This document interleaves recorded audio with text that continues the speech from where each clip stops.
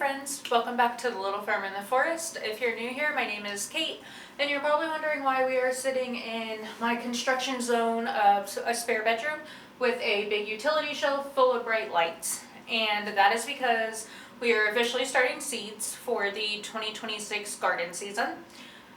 And I wanted to show you guys our seed setup. This is something I get a lot of questions about, and if you're new to gardening or you're maybe beginning to dabble with starting seeds indoors because it's more cost effective than buying all the plants you may need for your garden, then hopefully this will give you a little bit of insight of how to build one. So I have used this particular setup for about 8 years now. We used this in our first home in Florida when we lived on a third of an acre. We used this in our 2-bedroom apartment in Louisville, Kentucky when we had a 20 by 20 community garden plot, and we are using it now in southern Indiana on 12 acres.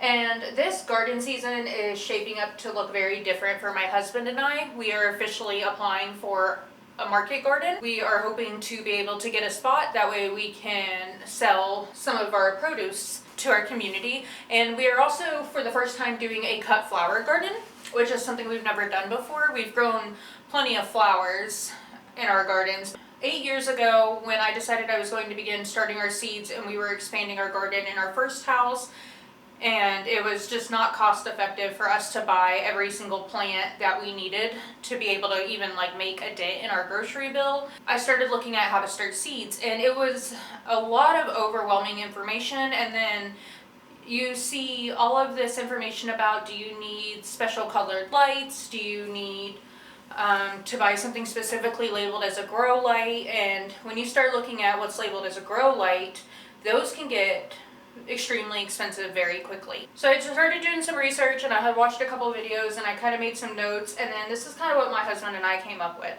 So we have a 6-foot utility shelf that is 4 foot long, and then each shelf has 2 shop light fixtures, and these shop light fixtures each hold 2 of the T8 LED daylight bulbs. So each shelf has 4 bulbs. And the way we adjust these shop light fixtures up and down is we have them on a S-hook and chain situation, so we can move them up and down. So we move them way down close to our trays when the seeds sprout, and then as the seedlings grow, we move them up. And you want to keep your lights close to your seedlings, that way they don't stretch or get leggy trying to reach for the light.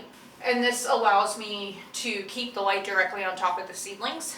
So for the lights, what we did is we went with the LED daylight bulbs. These are T8s, and we bought a contractor pack which has 20 bulbs. So right now we're only using 4 shelves, but to do all 5 shelves, you would just need 1 pack of bulbs. We're just doing 4, so we have some extra bulbs. We went with 6500 Kelvin. Kelvin is a unit of temperature, and it's going to tell you how cool or warm tone the light is. So we went with the daylight, which is more of a bluish white light, and then we went with 1800 lumens. Lumens is the measurement of brightness of the light.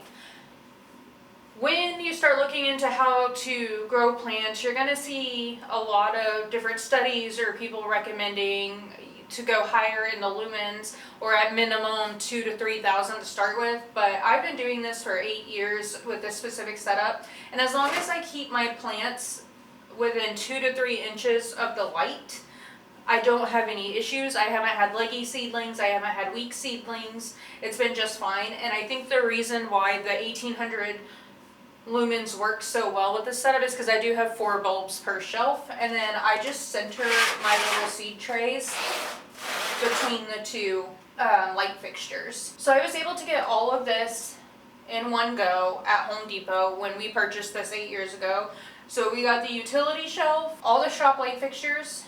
We had an employee cut us 10 feet of chain or so, and then we went home and further cut it down. I think we used about 1.5 feet on each side of the light fixtures. And then we just bought a pack of the 1-inch S-hooks. And there's a spot for the S-hooks on the top of the light fixture to hang it from the chain. And then we just zip tie them there, and then we had to buy the bulbs, so the contractor packing them. It was a little bit of a pretty penny up front to get all of this. I have seen these utility shelves secondhand, like on Marketplace. That may be an option for you to look around and see if anybody's selling them used. But I like the metal utility shelves because they're sturdy. We can add wheels to the bottom of this, so when it's time for us to start moving our seedlings outside and getting them accustomed to sunlight and wind and rain and the elements before it's time to plant them, we can just wheel this whole unit, unplug the lights, and get it outside. The other reason I like it is it's vertical, and you do have a couple options lengthwise to choose from. So if you are operating in a little bit of a limited space and 4 foot might be a little too long, you can do this in a 3 foot option. And then it keeps everything where you need it at once. And you can set these up on a timer. We have ours set up on a timer. They run like 7 a.m. to 5 p.m. every day during our growing season until we plant out the last of our garden in June or July. The other thing we have going on with these is I got these from Amazon, but we have these plastic shelf liners. These are completely optional, but I do recommend it. So when you have these little seed trays and you're bottom watering your plants, meaning you're putting water in this instead of pouring them over the seedlings and then the roots will suck up the water. If there's any accidents or spills or dirt comes out or something overflows, you're not having to worry about anything getting inside of these shop light fixtures or the light bulbs or anything getting wet. The plastic catches it, and then these can be cleaned up every season. They're easy to sterilize with rubbing alcohol or something, and it also keeps any accidents from happening on your flooring or your carpet. So I prefer to have these little shelf liners on.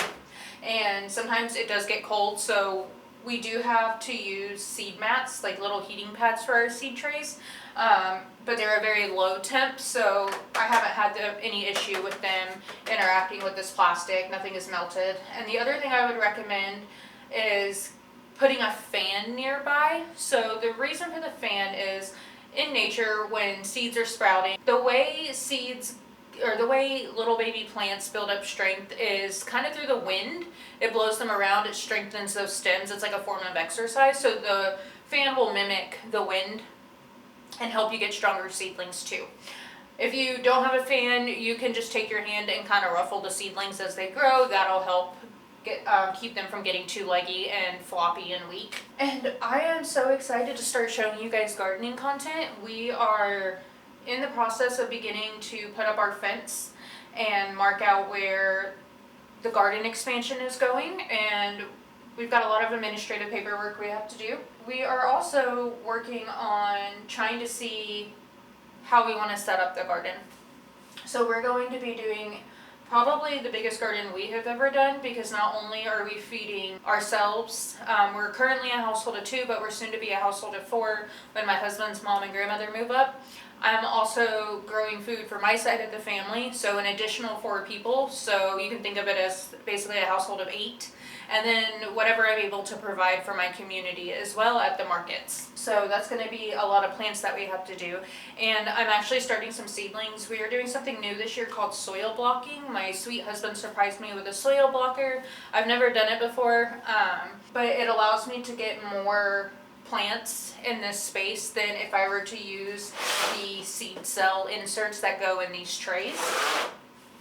And so with the 4 shelves I'm utilizing right now, we should be able to have a couple hundred seedlings going at once versus, 12 to a tray or so, depending on how big of the cells you get. I hope you guys take the leap and start some seeds. It is so fun to get up every morning.